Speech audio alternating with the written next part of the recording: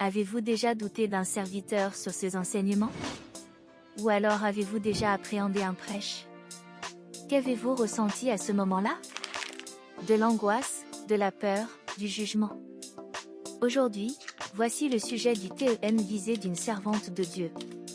Préjugés entre servante et serviteur. Notre but a été qu'avec elle, par la méditation de son témoignage, de la parole de Dieu qu'elle avait reçue de réaliser ce TEMV. Par cette vidéo, nous vous laissons écouter et méditer la Bible afin qu'ensemble, nous travaillons à écouter la voix de Dieu. Si vous avez des références en plus, notez-les en commentaire, cela nous bénira également.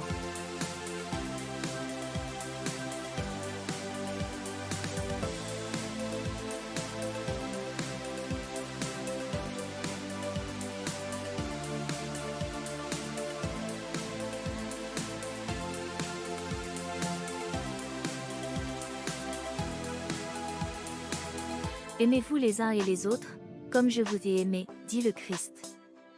Un jour cette servante, ennuyée, voulut suivre les enseignements bibliques en ligne.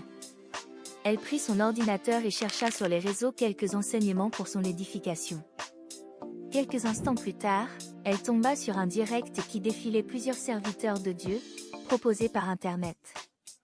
Elle a donc commencé à le suivre, elle écoutait le prêche de cet homme, puis une pensée vient à elle. Est-ce que ce qu'il dit est réellement du Seigneur? Et si cet homme était un sorcier? Si cela se trouve, il fait partie d'une secte. Les pensées parcourent son esprit sans frein. Jusqu'à ce qu'une autre pensée dise: la désobéissance est aussi coupable que la divination. Par cette phrase, il y eut une interruption. Un silence inonda la pièce. Elle alla chercher la Bible. Qui es-tu, toi qui juges un serviteur de Dieu? S'il se tient debout, ou s'il tombe, cela regarde son maître. Mais il se tiendra debout, car le Seigneur a le pouvoir de l'affermir.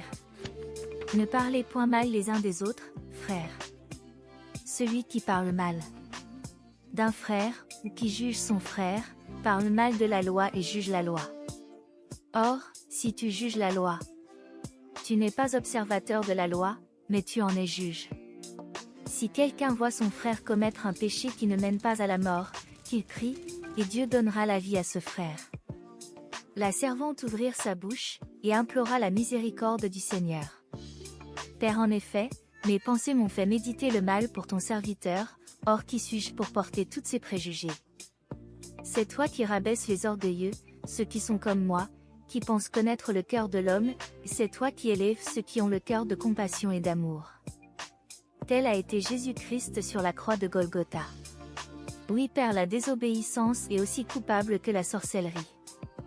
Combien de tes enfants se trouvent coupables, égales aux personnes qui font la divination? Selon ta grande miséricorde, efface mes transgressions, lave-moi complètement de mon iniquité, et purifie-moi de mon péché.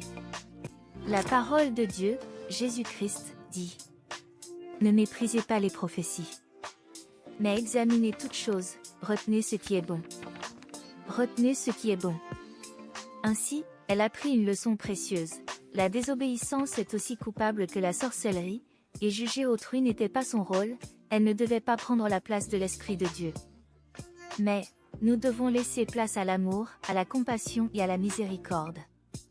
En méditant sur ces vérités, elle s'efforça de grandir dans la grâce et de vivre selon l'amour du Christ, en pardonnant et en aimant ses frères et sœurs comme il l'a fait pour elle. Nous vous laissons donc avec l'Esprit du Seigneur pour la méditation. Si vous trouvez d'autres versets dans le sens de ce TEMV, indiquez-le en commentaire. Abonnez-vous, vous êtes informés de chaque publication.